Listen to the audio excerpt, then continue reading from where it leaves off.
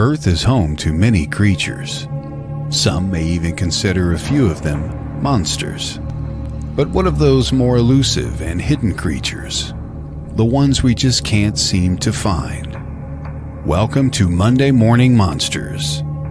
Cryptozoologist and paranormal researcher Barnaby Jones talks about the unknown, mythical, undiscovered, and unidentified creatures from around the world, and the people who have seen them, look for them, and research them. Hear from witnesses about their encounters, as well as renowned names in the field about their work and research. Barnaby is the founder and lead investigator for Cryptids, Anomalies, and the Paranormal Society based in Wisconsin. CAPS travels across Wisconsin and beyond looking for connections between different phenomena and how they can all be connected. Now, your host of Monday Morning Monsters, Barnaby Jones.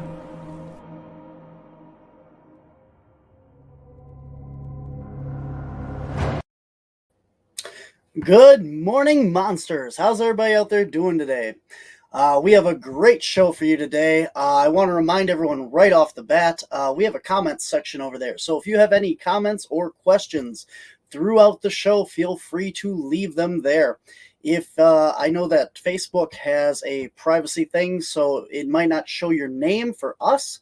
So if you want that information, I'll put your name in the comments so we know who we're talking to. A couple of things off the bat here. Our radio station, WLTK-DB, has a store on their website with all kinds of new merchandise and stuff. Christmas and the holidays are coming up, whether we want to think about it or not. You can go ahead and get all of your official WLTK Talk Radio merchandise there with all the logos and stuff. Or if you want any of the CAPS, Cryptids, Anomalies, and the Paranormal Society merchandise, you can go over to wisconsincaps.com and click on our store, and it'll take you to get all of your t-shirts and hats and merchandise and mugs and all that cool stuff. And we have the new Monday Morning Monsters t-shirt there available as well. I know there was just a sale this past weekend. I think that's over now. But if you keep checking back, they occasionally have like 35% off of our store. So that's coming up. Another thing coming up this weekend in Upper Michigan is the Sault Ste. Marie, Michigan Paracon. And my team is going to be there kind of walking around. We won't be set up or anything at this event. But we will be there along with you name it, from the paranormal and cryptids and everything. A lot of great speakers. We went to it last year. So if you get a chance to get to Upper Michigan, Upper Michigan, right on the border of Canada up there in Sault Ste. Marie, MI Paracon. That is this weekend. The next event that the CAPS team is going to be at is still the Rippin' Paw Autographs for charity event, and that is September 17th. You can find more information, just search paw autographs, like a puppy paw.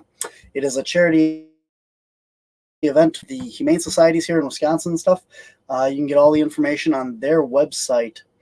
And yeah, so another thing in the news this week, if you didn't see it on our website, we have Colossal, the bioscience company that I've been kind of talking about recently and stuff. I got the shirts from them. They have just announced that they will be de-extincting the thylacine, or the Tasmanian tiger. So they are working with another company, and they're doing the research to bring around the bioengineering as well for that, and they're working to bring back and de-extinct the thylacine as well as the woolly mammoth. So that was some big news out this week for that, and pretty excited for that. Yeah. So our guest today on the show is a podcaster, like a celebrity in podcasting. He has several shows, including Dogman Encounters Radio, Bigfoot Eyewitness, My Bigfoot Sightings, and My Paranormal Experience. Our guest today is Vic Cundiff. How you doing, Vic? I'm doing great, and you? Good, good. You're a little quiet. Try that. So let's. You have a ton of shows. I was looking. I knew you had Dogman Encounters Radio, and I know you had the two Bigfoot ones. I didn't know that you had a paranormal one as well. Yeah, I do. My paranormal experience, that's the newest one. For years, when I had people contacting me to tell me about an experience they had that they considered to be Dogman related or Bigfoot related, all along the way, there have been quite a few that didn't quite fit into that category, into either category. And I thought, it's a shame. These people have an interesting story to share. I don't have a platform to offer them to get that story out. So I thought, you know what? I need to create a platform where they can do that. So, yeah, that's what's behind the genesis of my paranormal experience. On My Para X, we cover everything from werewolf sightings to near-death experiences to UFO sightings, alien abductions, you name it, from the ground up. If it doesn't involve a dogman or a Bigfoot, you can find it on the show. Very cool. That's cool that you have so much diversity and everything. I mean, we do. My other show is Whispers from the Dark, and we cover everything on there.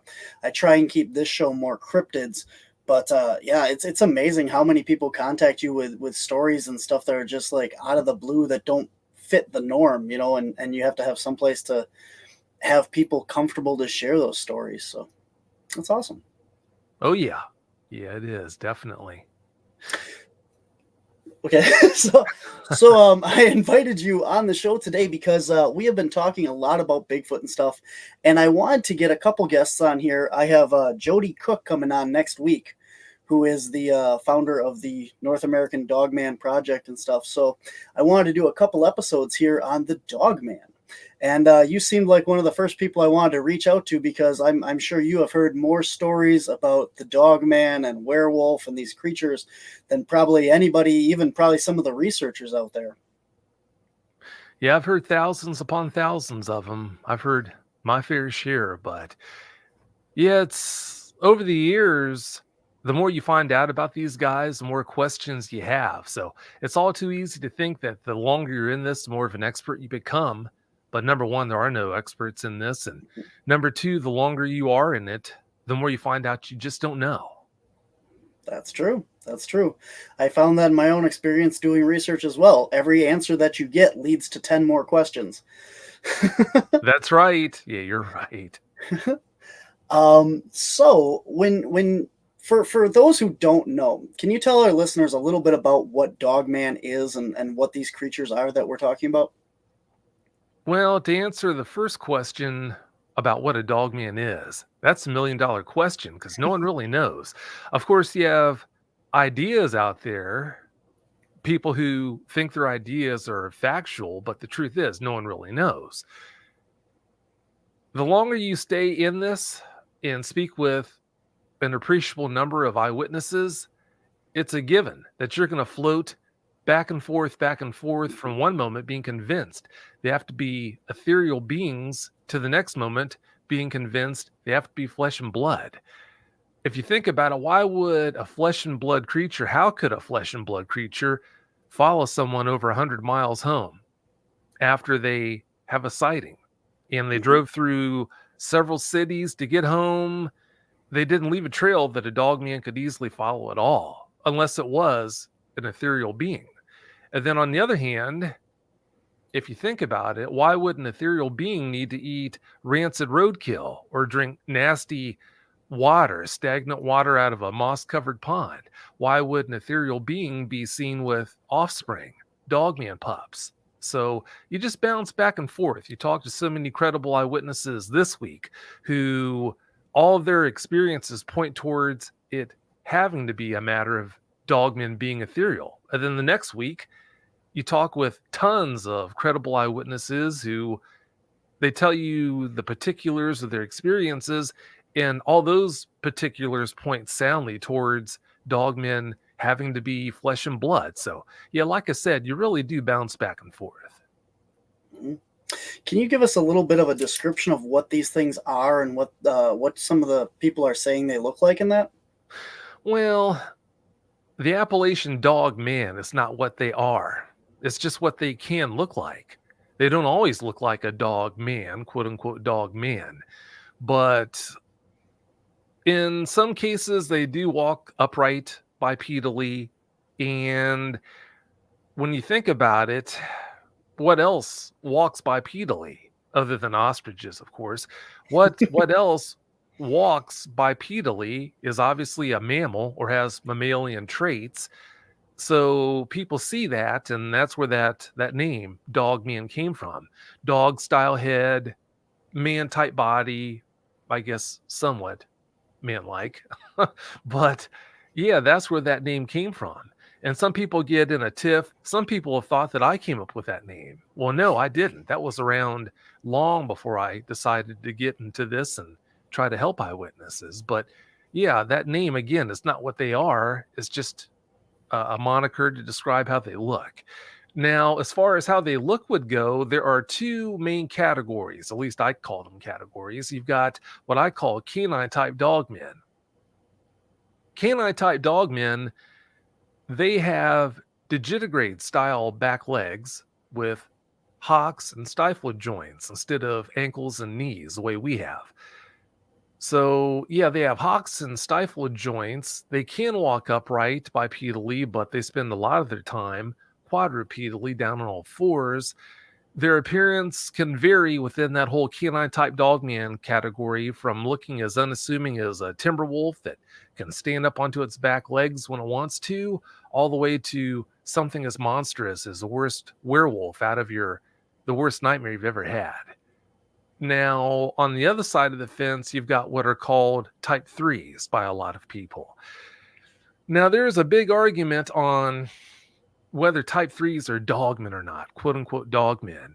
Well, there are a lot of people who think that type 3s have hominid style legs, just like you and me. They don't have stifle joints or hocks, just like a human would or a Sasquatch would. Type 3s have that hominid style leg structure. Well, a lot of people, because they have that hominid style leg structure, they have fur all over their bodies, and they can look a lot like a Sasquatch, except for having a pronounced muzzle, unlike a Sasquatch.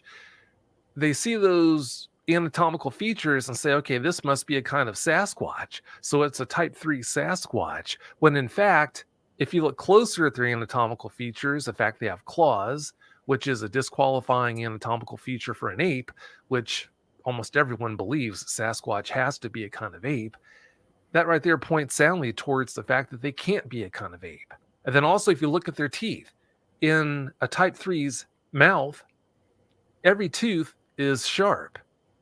So that right there is also a disqualifying anatomical feature for them possibly being an ape.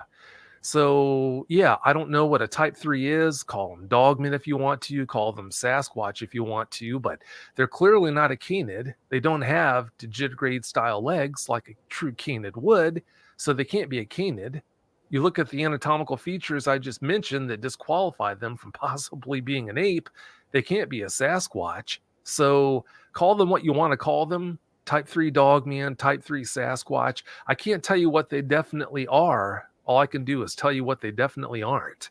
And they're definitely not a kind of canid. They're definitely not a type of Sasquatch. Thank you very much. I believe you actually have had a dogman sighting. Is that correct? I've seen dogmen, but no, never had an actual encounter of my own in person. Oh, okay. I see. I thought that I heard on one of your episodes that you did, but no, okay. A lot of people heard me talk about the film footage that was shared with me, and when they heard me describing that, and it was really vivid. The dogman in that film was within less than 5 feet from the camera lens, and it was broad daylight, so I could even make out individual hairs. I saw it from the front, I saw it from the back. So yeah, I've seen dogmen closer in more detail than most of the eyewitnesses I speak with, but no, that doesn't mean I've had an actual encounter of my own. I see. All right.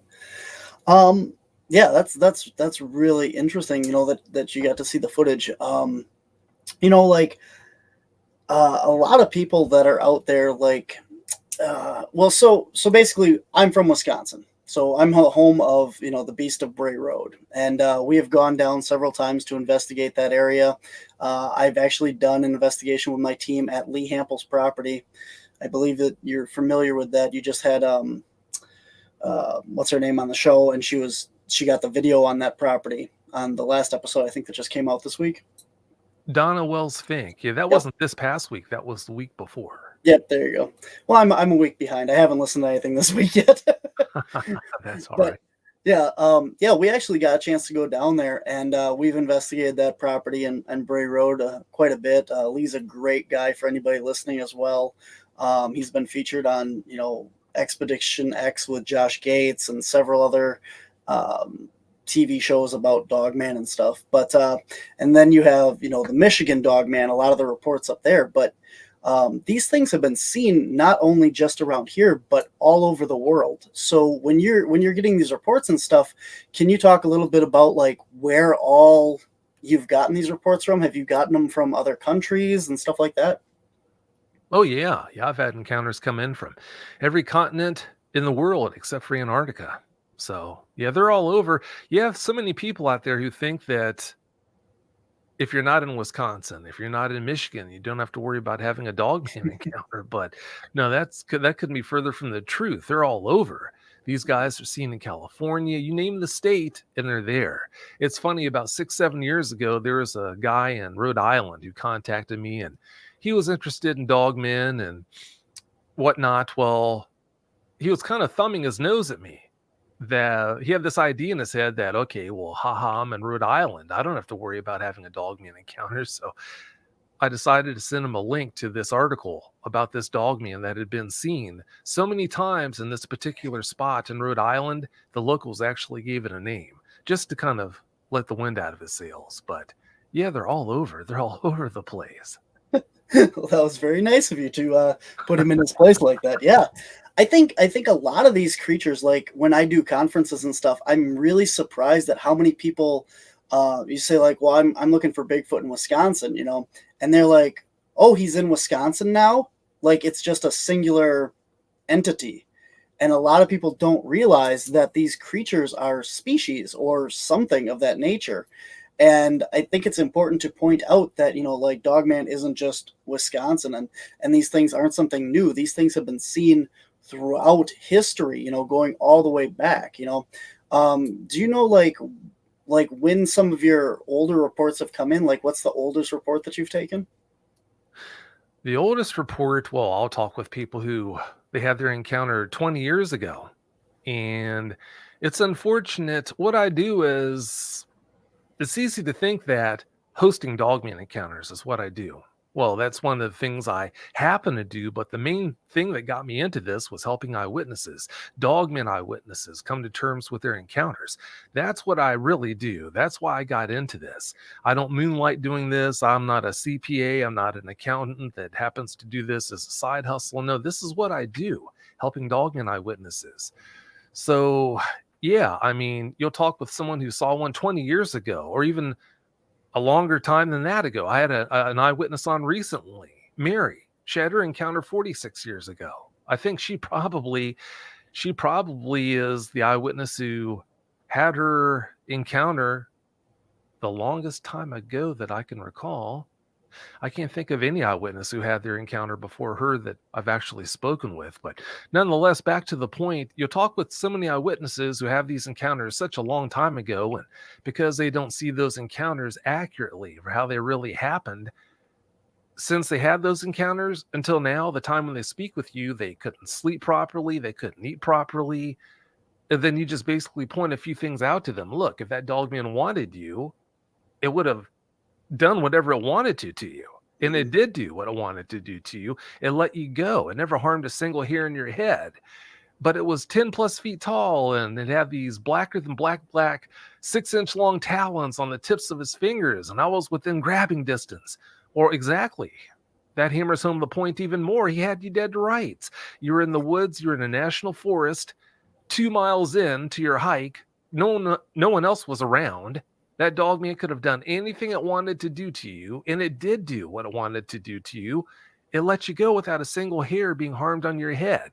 It just wanted to terrify you to within an inch of your life, and that's what he did. Once he saw that was accomplished, he moved on because he got what he wanted. He wasn't there to rip you apart and have you for lunch. If that's what he was there for, then that's what would have happened.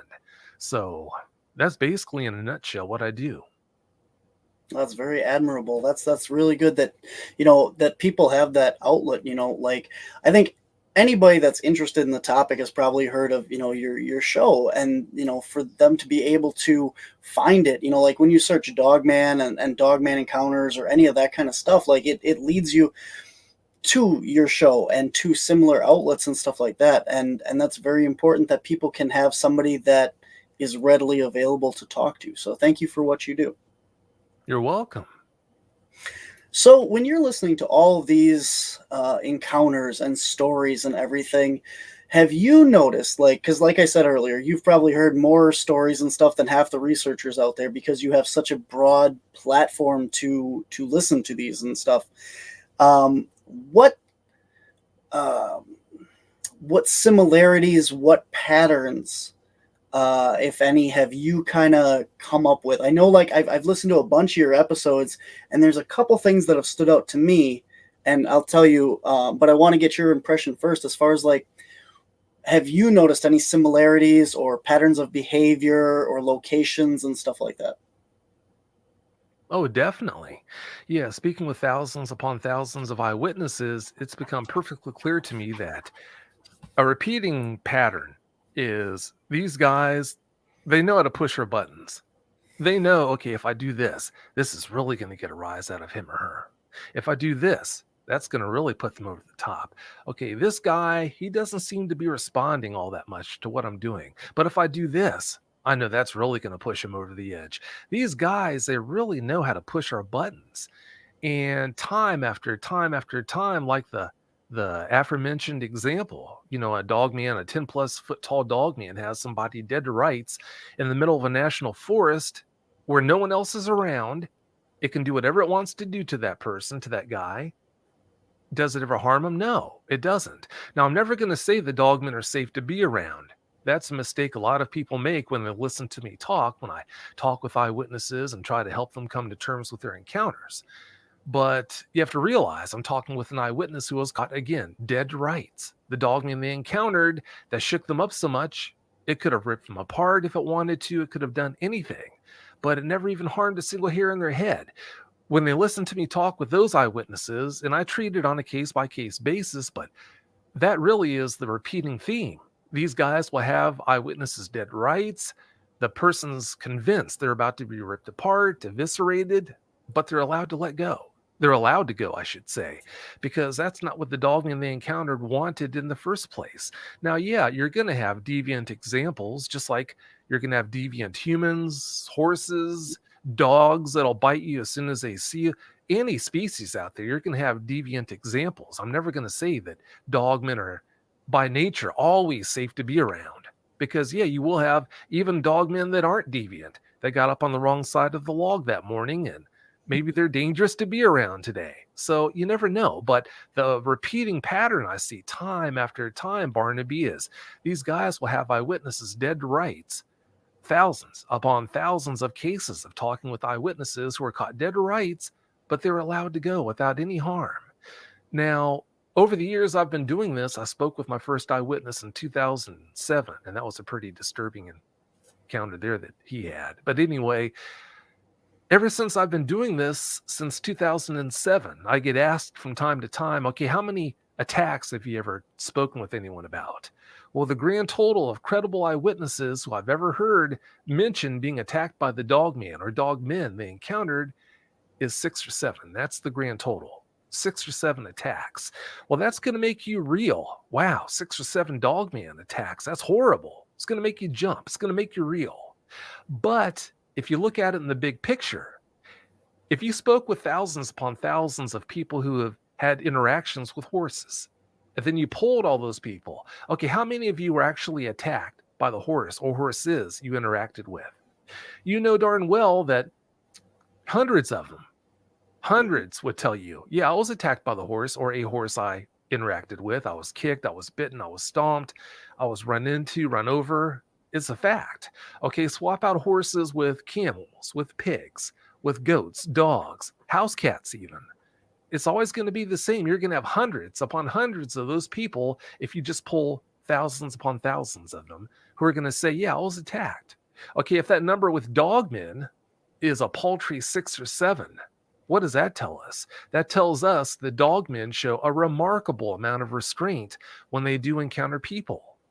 So technically, the numbers show you that if you have an encounter with a dogman, you're less likely to be attacked than if you have an encounter or an interaction with a horse or you name the animal. Now, you've got people who are going to say, well, there's restraint that's placed on them by God and they can't attack you. And that might be the case. It just might be the case. I most definitely do believe in God. But that's a supposition. That is a supposition. I deal in facts. We don't know as a fact that that's the case. All I can do and all I do is I focus on what I know to be the case, what's been presented to me time after time after time. The numbers mean something. The numbers that I've been exposed to over the years, I've been doing this, over the thousands of times I've contacted Dogman eyewitnesses to try and help them with their encounters. Those numbers, again, they mean something to me, and they show me clearly that these guys will have us dead to rights time after time, but they'll let that eyewitness go without any harm. So that's what I go by, not suppositions. Very good. Very good. Now, a lot of people that are probably listening or, at home and thinking, you're obviously familiar with the whole missing 411 stories and stuff, David Politis. Do you think that any of that has to do with Dogman, and that's why you're just not getting the reports back that these people are going missing? It just might. Yeah, Dogman might play a big part in that. Maybe it's Dogman and Sasquatch equally. Maybe more Sasquatch on average grab people than Dogmen do. We'll never know. Maybe it's by far and away people who are abducting other people. It's hard to say. There are a lot of unmarked mine shafts out there. A lot of people heading to the woods alone, and all it takes is you stepping in the wrong place and you're gone. No one's going to know what happened to you, where you are. Animal attacks, I don't think animal attacks make up very many of these missing 411 cases for the reason that Dave points out. But yeah, I mean, it is possible that dogmen are a big part of the reason why so many people go missing. But I will tell you this, if I had a nickel for every time that someone's contacted me over the years and said, well, you tell people that dogmen aren't so dangerous to be around and whatnot, but you never talk with the people who were killed by these guys, Vic, so you don't know. Well, yeah, I mean, if a dogman hauls someone off into the woods, never to be seen again, I'm not going to speak to them, but there are other considerations to keep in mind. If dogmen were wired to be so dangerous and so opportunistic when it comes to grabbing people and killing them, as soon as the opportunity presented itself, if that's the case, then why have I spoken with thousands upon thousands of people who were caught dead to rights, who could have been grabbed by the dogmen they encountered and hauled off and had for breakfast or lunch, you name it, and no one else would have been any the wiser. But that didn't happen. The dogmen they encountered or dogmen they encountered let them go without ever touching them. So yeah, if these guys were wired to be nearly as dangerous as so many of these people who listen to 4 shows and suddenly become experts on dogmen believe, then yeah, that wouldn't be the case. And if that was the case, then you'd have plenty of cases where people saw they were camping and they looked over there and they saw someone get grabbed by a dogman and hauled off into the woods. These guys are not timid. If they want to do something, a dogman's going to do it. If a dogman wants to go someplace, be that inside the city limits of a major metropolitan area, a dogman's going to do that. They don't care if that ruffles your feathers. They don't care about any of those other considerations like that, say, Sasquatch would have or other animals would have. They don't care about that. They're bold. They do what they want to do, and that's it. So if they wanted to grab someone, they wouldn't care if you're over there and you can see it. They're going to do it. So yeah, you would have a bunch of cases where people witness that, but that doesn't happen. You've got a few cases that have been floating around where supposedly this guy saw, there's this one instance where supposedly I think a game warden was in a boat or something at the LBL and saw a couple get attacked and hauled off. Maybe that's true, maybe it's not. But I mean, if that is true, that really is the only bona fide case that I've heard of where that actually happened. So I mean, if it was the case, we'd have tons of instances like that, people coming forward. And I've never had one single person over the years, Barnaby, I've been doing this, in the thousands upon thousands of conversations, I've never had one person contact me and tell me that they saw that. Tell me they saw someone get grabbed and hauled off by a dog man. Not once. So what does that tell you? Tells you everything. Mm-hmm. That's really interesting. Yeah, and I totally agree. Like with all the people that have come forward and told their story about seeing one and not have someone see something get grabbed is pretty telling right there as far as, the habits of them. So, Oh, definitely. And I've touched on this in prior shows that I've done before, but it really sticks in my craw. I want to address this now. please. It's really frustrating. I am in a blessed position to have exposure to so many eyewitnesses that I can talk with about their encounters. That does make it so easy to do dogman encounters because for some time now, it's been to the point where I don't even bat an eye if I have 3 or 4 brand new dogman eyewitnesses contact me in one day to tell me about their encounters. Some days I'll have as many as 7 or 8 brand new dogman eyewitnesses who I've never heard from before contact me in one day. So yeah, there's an impressive steady stream of eyewitnesses coming in. Well, there are so many people out there who are creating their own podcasts now. And having never done it before, things like, okay, how am I going to have a steady stream of guests for my show? If I pick this topic, if I pick that topic, sometimes that doesn't come to mind before they start their show. We have a lot of shows who they want to focus on dogmen as the major focal point. But then after they get into it, they realize, okay, well, how am I going to have a steady stream of guests week in, week out? So not all of them, I'm not saying that all of them do this, but unfortunately, too many of them will make up stories about dogman encounters, present them as being factual. Now, there's nothing wrong with creepypasta. If you want to make up fictional stories, do that until you are blind. That's totally fine. Nothing wrong with that. But don't make up fictitious stories about dogman encounters and present them as being factual, especially when the present trend is, because fear sells, you've got so many people out there making up these nightmarish dogman encounter stories and presenting them as being factual on their shows because obviously putting butts in seats, getting more views, consequently, i.e. more money, trumps the truth.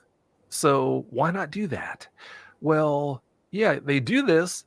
And then this eyewitness over here who had a traumatic encounter that they have so much trouble dealing with, they contact me after listening to this crap episode, or these crap episodes plural. They listened to this nonsense, took it as being factual. It made their anxiety even more problematic, even worse. Well, I've got to talk them off the wall, bring it to their attention. Look, that's not the case. That story is not real. That didn't happen.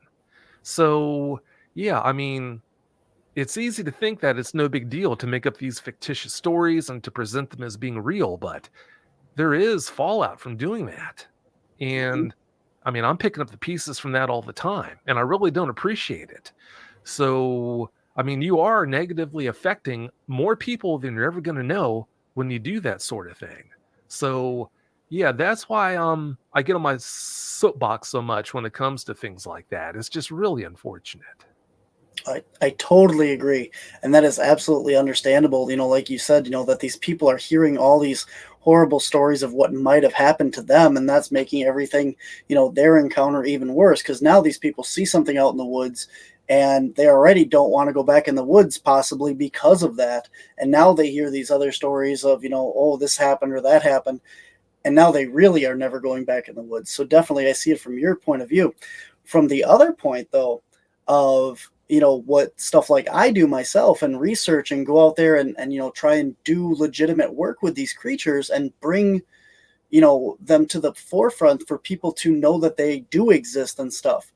People constantly are giving, cryptozoology, Bigfoot, Dogman, all these creatures a bad rep, saying that, they're not real. There's all these fake stories and stuff. And when you're trying to get to the bottom of this and see patterns and behavior and studies and all that stuff, by putting those fake stories out there, you're not only giving the legitimate stories and the legitimate researchers a bad name and muddying that waters, but you're also putting out fake information that is making it more and more difficult for us who are trying to get to the bottom of it to get the actual evidence, the actual stories, the actual facts that are going to help us, show these things and get the evidence and the proof and bring them out to, legitimate science.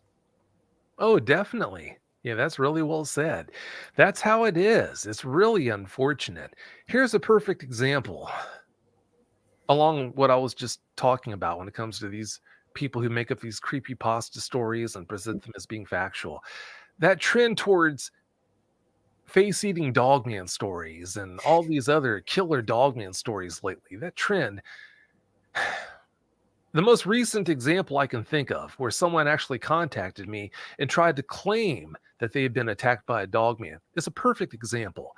Had a guy contact me and he told me about how he supposedly was attacked by a dogman, and I do the best I can. I'm definitely not infallible. I'll never say that I am infallible at weeding out the charlatans and anyone else who's trying to lie the way onto my show. I have people constantly trying to lie the way onto dogman encounters, but I do the best I can to put bona fide eyewitnesses out there. But when I started doing this years ago, I made a promise to myself, Barnaby, that I wasn't going to keep someone from coming on the show unless I knew that they were lying. I would much rather risk being made a fool of by allowing someone to come on who's lying than to stonewall an actual eyewitness who had their encounter, but due to how they said something, due to how this came out, that came out, how they presented something, I mistakenly took them to be lying about their experience or experiences. That right there is why I would much rather play the fool and just bring them on unless I know as a fact that they're lying. Well, there are ways you can vet people depending on what they say their experiences were. There was one eyewitness, like I was just mentioning, who said he was attacked recently, and he told me about the dogman clawing him. Okay, if you're attacked, what kind of injuries did you sustain? Well, he told me about being clawed and scratched and all this. Well, I said, wow, did you take any pictures of these scratches? He said, well, yeah, I did. Well, if that's the case, would you mind if I had two trauma surgeons who live out west in Colorado who are experienced in treating large animal attack wounds from large animal attacks, bears, mountain lions? They know what these wounds look like when someone's raked with claws. Would you mind if I had them analyze your pictures that you sent me and let me know what their qualified opinion is on the wounds? Well, they start backpedaling. Wow, I wonder why they're backpedaling like that. No, I wouldn't be okay with that. So, yeah, I mean, that's how it almost always is, Barnaby, when people come forward and tell me about being attacked. Now, I'm respectful. I don't berate them or anything like that, but I definitely don't appreciate them trying to lie the way onto the show when you have people out here who really have had experiences with these guys that have turned their lives upside down. This isn't a joke. So I do take a lot of offense to that. But then, like I said, I try to be tactful about it, even though I'm not very happy about being lied to like that. But yeah, it's a big problem. It really is. Yeah, on that note, a lot of the people like that we contact and stuff and have my own people like report stuff to, the legitimate stories and stuff, like you said, that say, oh, I have these, claw marks, or I have these pictures and stuff. They want answers. They legitimately want you to give them an answer of what this is. Hey, these are the pictures I took. What is it? And they're more than happy to have those analyzed and looked at and just have the answers. At least in my opinion, or my work that we've done, that seems to be the case. Oh, sure. If you really were attacked by a dogman, why would you have a problem with an expert backing up your story? Yeah, that does support these photos. They do support that this person actually was attacked by a large predator. Those are actually claw marks. They're not lipstick that was just put on to someone's rib cage to make it look like they were attacked, and those are wounds that have healed up. So yeah, that would just support your case. And tying into what we're talking about, there are certain shows out there, if you notice, Dogman shows out there who it seems like every other week they have this new Dogman attack victim coming on, or a new story about a Dogman attack. Well, if I've been doing this since 2007 and I've spoken with thousands upon thousands of eyewitnesses, literally 10 times more people, 10 times more eyewitnesses, if not 20 times the eyewitnesses that this outfit speaks with or has ever spoken with, or that outfit has ever spoken with. If I've had so few credible people tell me about being attacked, how is this outfit who talks they've spoken with probably less than 20 times the number of eyewitnesses I've spoken with? How do they have a weekly supply of Dogman attack victims? I wonder what's behind that. Mm-hmm. Exactly. Definitely. We need to take a quick break here for station identification and some cool intro commercials and stuff. We were talking with Vic Cundiff of the Dogman Encounters Radio and 2 Bigfoot shows and a paranormal show and all kinds of cool podcasts. So we'll be right back after these messages with Vic Cundiff.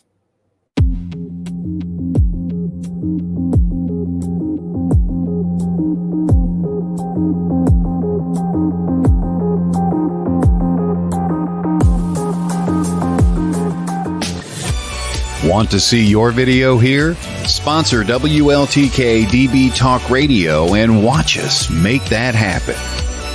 With your paid sponsorship of $80, you receive a professional produced audio, video, and banner placement on our station. Not only does your sponsorship air during our live shows, but also replayed on our podcast and heard by hundreds of like-minded people. Visit WLTK-DB.com to get started and find out just how hard we work to get you noticed. The station mobile app is finally here and ready for you to download free. With the app, you can listen to past shows, view upcoming live shows, read our blog, and even shop. Get yours today at the App Store and Google Play under WLTK-DB Talk Radio. Stay connected and informed. WLTK-DB Talk Radio mobile app. It's yours. Go get it.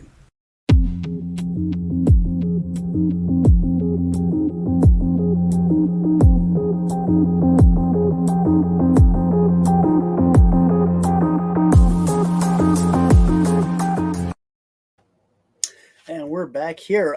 We are talking with Vic Cundiff. Vic, you have one of the premier Dogman Encounter shows that is out there available for podcasts and YouTube and stuff. Why don't you tell us a little bit about some of your other shows? I know we talked a little bit about the paranormal one at the beginning. Can you tell us about your other ones as well, though?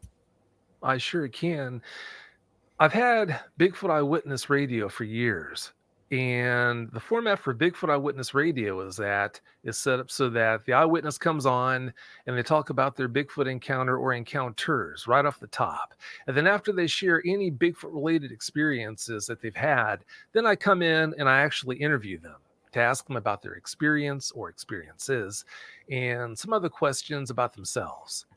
And that's been a popular show. People like that format, but not all that long ago, about a year and a half ago, I decided, you know what?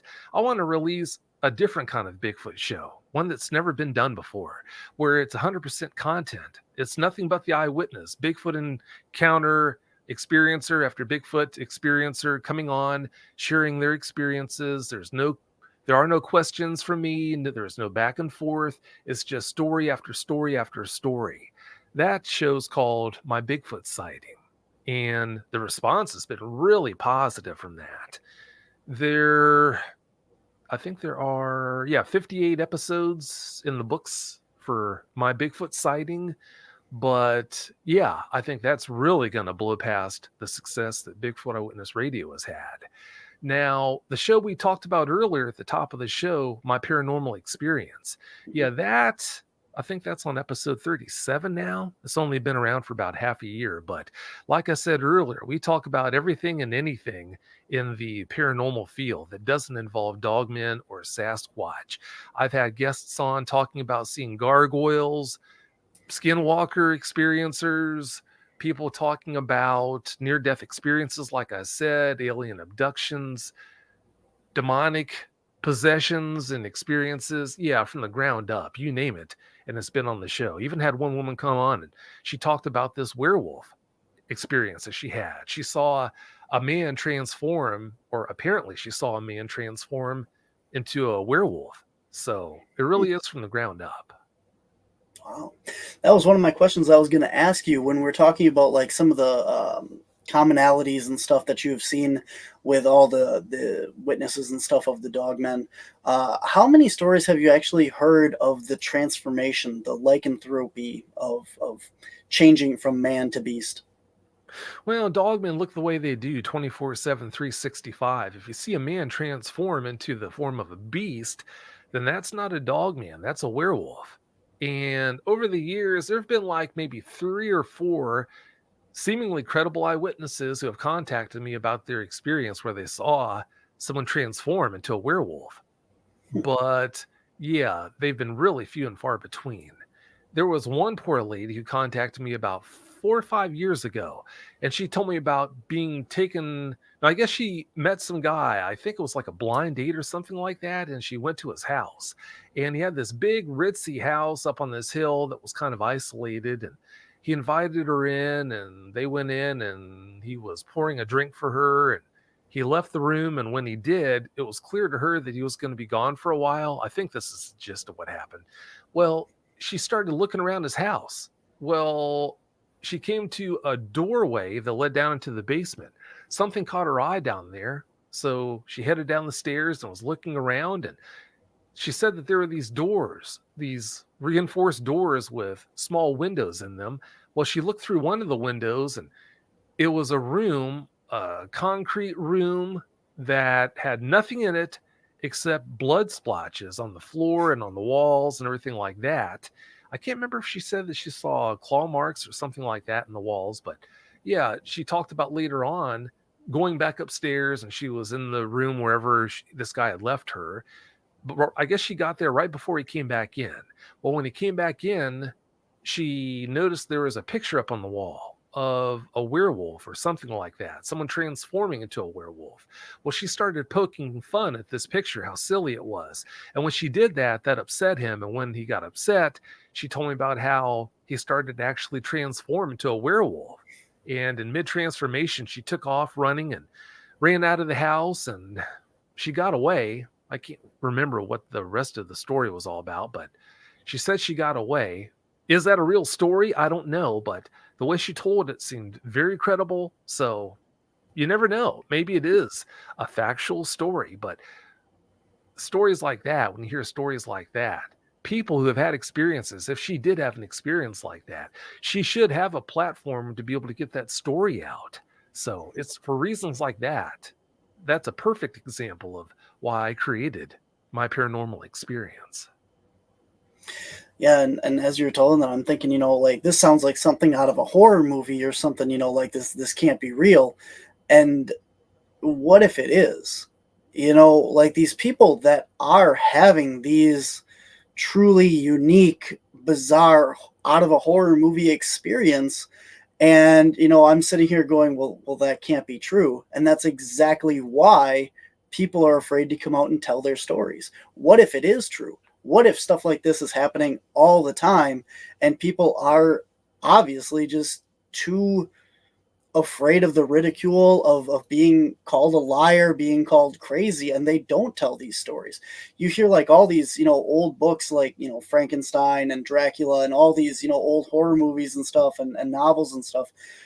Well, these ideas came from somewhere, so who's to say that, we're not the ones that are wrong by thinking that they're not true. You can't go into researching this and studying this and talking about it with a closed mind. You have to keep somewhat of an open mind because you just never know. You're right. Yeah, you're right. Imagine being in her shoes if she really had that experience, witnessing something like that, something so drastic, so horrible. And then after you make it to safety and you're in your own thoughts, trying to think your way through this, you realize, wow, society is so myopic. They've got this view of how things have to be. And if you talk about anything that falls outside of those lines, you have to be lying. You have to be crazy. If you seek out professional help, you most definitely do not want a psychosis diagnosis. A lot of these people who, if you do make the mistake of sitting down with them and seeking therapy, if you try to tell them about an experience like that, they will diagnose you as being psychotic. And if that's the case, then your problems really are just beginning. I mean, what a nightmare. So, yeah, I mean, you really are in a prison without walls. So, yeah, it really is a shame. Science has proven that there are definitely 11 dimensions. We only know of 3. We only have access to 3. Also, too, scientists have proven that there are subatomic particles called quarks, talking about quantum theory. There are subatomic particles called quarks that can wink in and wink out of existence. Here 1 second, gone the next. There are things in this world that we just definitely have no understanding of. They exist, it's real, but we don't understand them. So just because we can't understand it or them, that doesn't mean that they don't exist. It doesn't mean for a second that they're not real. So we need to keep that in mind. An old adage that you always hear plays a big part in this. A fish doesn't know he's wet. We don't know all the things that we don't know in this world, and you cannot even comprehend to try and think of the things that we don't know because they're so far out that we just are unaware of it. When I first started researching Bigfoot and stuff, I took it all the way back to the roots and I started over from the beginning. And I took it under the great apes, the orangutans, the gorillas, and I started researching them, trying to figure out if I believed all this. And I always tell this story because it's really interesting how I went from gorillas and orangutans led me to being able to explain string theory and quantum mechanics now. And never in my wildest dreams would I have thought that that's where my Bigfoot journey would have gone. But as you said, it's all connected somehow, and that's what we're here to figure out. You're right. It's all connected. We talked about the truth earlier. Mm-hmm. I mean, it's hard enough to believe a lot of these instances, a lot of these experiences that have happened to these people. If we do start straying away from the truth, I don't mean to hammer on the truth so much, but every time you walk away from the truth and it's put out there, people realize that you're lying. Well, that just decreases the credibility of what we're trying to achieve here, or it decreases the credibility of the topic, of the whole Dogman topic, of the whole Sasquatch topic. So yeah, we really need to keep that in mind. That right there is one of the biggest reasons why sticking to the truth is so important.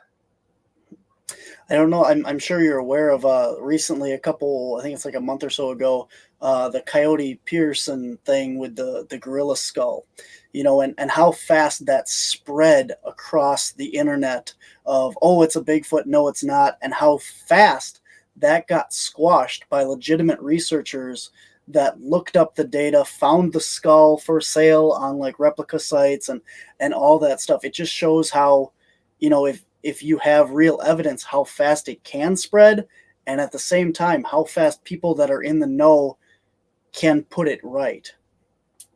That's right. That's right. Yeah, there are a lot of people who don't really have all that much to do, and that means they have a lot of free time on their hands to look into people who want to hoax this stuff. So yeah, keep that in mind the next time you try to hoax anything. I thought for the most part though that was a very interesting like social experiment, if nothing else, because I don't know if you actually watched his YouTube episode where he talked about that and how he portrayed it as a what if scenario. But it was very interesting from a social aspect to see how one post of, hey, look what I found, traveled everywhere in a matter of I think it was like an hour and a half from when he first posted it to when it was nothing but that on my social media feeds. Oh, I believe it. I believe it. Yeah, if you put something out there like that, it can spread like wildfire. So back to the whole, like, you've heard all these stories and stuff. What have you presumably learned, or can hypothesize about, like, where these things are living, how they're living, and that if proposing that these things are from this dimension living on Earth, the majority of the time. Do you have any thoughts on the chosen habitat or things to look for and stuff like that?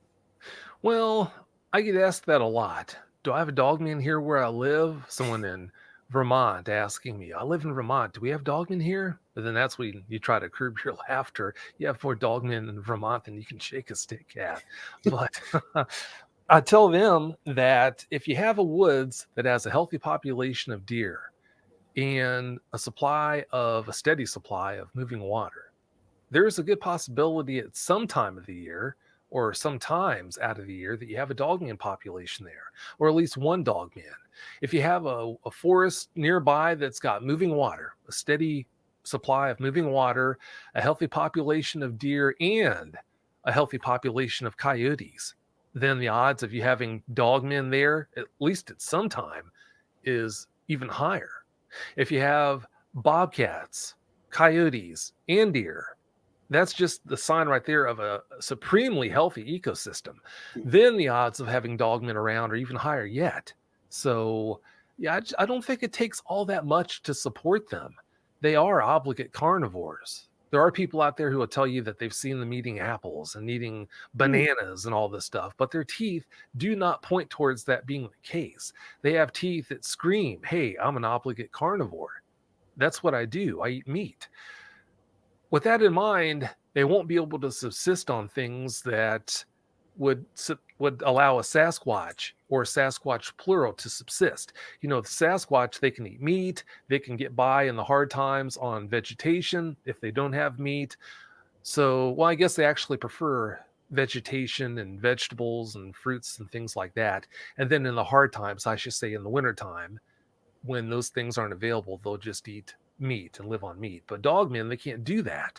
They don't have that luxury. So they have to be a little more particular about where they live than what a Sasquatch would be. But yeah, it still doesn't take that much to support them, in my opinion. I know Jeff Meldrum talks about how Bigfoot is very considered like bears. And so anywhere that you have a healthy bear population, you're probably going to have Bigfoot as well. So that's very interesting that you put out the difference there, between the carnivore and the omnivore and stuff like that. That makes a lot of sense. Oh, sure. Yeah, definitely. That's how it is.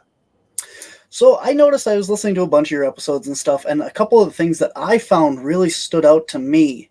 A lot of the witnesses, or I'll ask you, a lot of the witnesses, the stories that I heard have a similarity of near a quarry. So I was wondering, in your obviously you've listened to all your episodes. I haven't had the luxury of getting through all of them, but is that a more predominant feature, do you think, or is it just something that I maybe picked up on? Well, whether you're talking about Sasquatch or Dogman, quarries definitely seem to be like magnets to these guys. If you're around a quarry, if you have a lot of corn around, for some reason that also tends to increase the likelihoods of dogmen being around. If you have Native American burial grounds in the area, that also increases the likelihood of having an encounter with a Sasquatch or a dogman. I don't know what it is, but it definitely seems like there's something there. There is something there. Well, the corn makes a lot of sense because, deer are attracted to corn, other animals come in there, and those are all prey animals. So if you have a lot of prey animals in there with the corn, obviously you're going to have a predator that's going to be able to hunt that area. But yeah, I thought a lot about the quarry and stuff, and I'm just trying to rack my brain as to why, or landfills too was another common one that I heard was, well, it's right down the road from this landfill, and this is where I had my sighting. And it was more often than not in some of the episodes that I listened to that the quarry and landfill connection was there. And I just wondered how many other ones I hadn't heard that had that same connection. I think the whole landfill thing, that might be due to the fact that it's probably easier for them to tunnel into a landfill and make a cave than tunneling into an actual hill in most cases, where they're going to encounter rock and things like that that can't be dug through. But in a landfill, that's not going to be the case. That might be what's behind that. I don't know, but it's possible. Yeah. Another similarity I wondered if you could shed some light on. How many stories have you heard of them being in trees? Oh, a lot of stories. Yeah, Really? it's all too easy to look at them and think, okay, dog, man, they must be bound to the ground. Hmm. But that's not the case. No, they spend a lot of time in trees. But with claws that they have, like they have on their fingers and toes, yeah, I'm sure it's not that hard to climb, especially when they can wrap their arms around the tree trunk and just go flying up the trunk. No, a lot of cases have them up there in trees just hanging out. A really respectable a respectable researcher, Dogman researcher, Kirk Stokes. He's been out there in the bush several times and had them drop down out of trees right in front of him. So, well, not literally right in front of him, but a certain distance away. But yeah, he's witnessed that plenty of times. A lot of eyewitnesses have.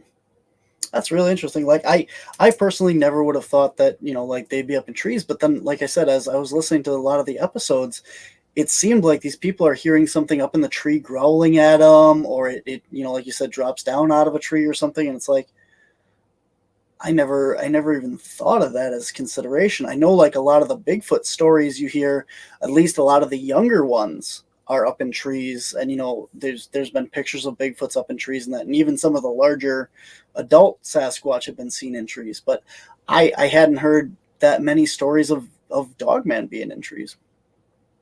Oh yeah, yeah, happens all the time. All right.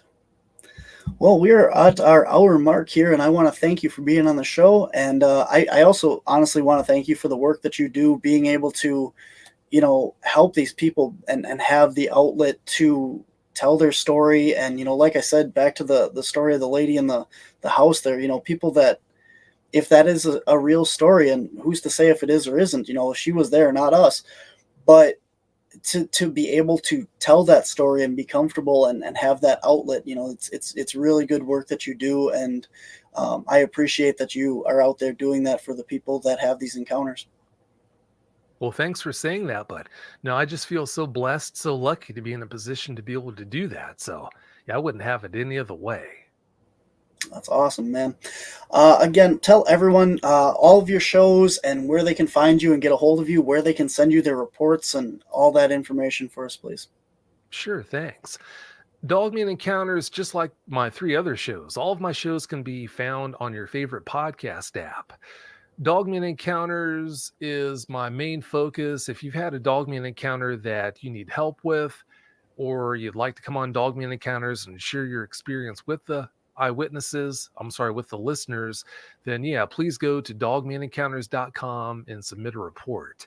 If you want to just listen to the show, then yeah, you can just go to your favorite podcast app, Stitcher, iHeartRadio, Google Podcasts, Apple Podcasts, you name it. Just type in Dogman Encounters and the show will pop up. For my Bigfoot sighting, same thing. Just use your favorite podcast app, type in my Bigfoot sighting, and the show will pop up for you. Bigfoot Eyewitness Radio, same thing there. Bigfoot Eyewitness Radio. And all these shows, my paranormal experience, all these shows, if you want to submit a report to me, then just go to the website for that show and you'll find a forum on the homepage where you can contact me to let me know about your experience, and then I'll arrange to contact you. But again, it's dogmanencounters.com for the website for that show. Bigfoot Eyewitness Radio. Oh, I'm sorry, it's bigfooteyewitness.com for Bigfoot Eyewitness Radio.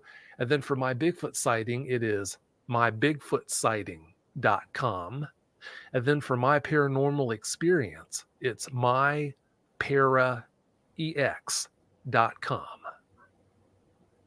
Awesome. Well, I really appreciate you coming on the show and sharing your wealth of knowledge. Is there anything else you want to add? Any other cool stories or anything before we go? No, I just want to thank you so much for having me on, and it's been a great time. Oh, the pleasure is mine, man. Thank you very much for coming on today. Oh, you're welcome. You are welcome. Very cool. Well, I hope that you guys all get a chance to go out and check out Vic's shows. He has great work, great shows out there. All of his shows are wonderful. I've listened to them. I spend a lot of time. I actually go to work right after I get done on this show. And for the next 10 hours, I listen to podcasts all day. And I'm a big fan of Vic's work and stuff. So hopefully you guys can go check him out if you haven't already. Let us know what you think. Let him know what you think. And if you've had a sighting in anywhere around the world, shoot him a message. If you've had anything in Wisconsin as well, shoot me a message. We have a report on our website as well, Wisconsin Caps, right back here behind me, wisconsincaps.com. Our team goes all over Wisconsin, Michigan, Minnesota, Illinois, wherever we're drawn to. If you've had a recent sighting, we'd love to come out and take a look at it and, give you help if you need it too. If you guys want to see us in person, you can come up to MI Paracon, Michigan Paracon this weekend coming up. We're not going to be set up, but we'll definitely be wandering around and checking out some of the speakers and stuff at the convention because, we're researchers and fans and, we're out there just as much as you guys are listening there. So we're going to take a day off of our research and listen to other people's work. So hopefully you guys see us out there. Come out and check us out. Myself, Resnick, and Ma will be there. And in a couple weeks on September 17th, we have the Potographs charity event in Ripon, Wisconsin. Potographs, P-A-W, and then like autographs. You can just search that, or links are on our Facebook, on our website, wisconsincaps.com, under public events. So you can go check that out. And then I don't know where we're going to be after that. we're out and about every weekend. So that's our next event. Again, go check out our website for all of your merchandise. We got a new store up, and WLTK-DB Radio has the app. Make sure you go check out that, and you can take us everywhere that you want to be for paranormal radio. Myself and all of our other wonderful shows are available there on demand anytime that you want to check us out. It's available in the Apple App Store and also in Google Play Store. And until next time, guys, we'll see you out there.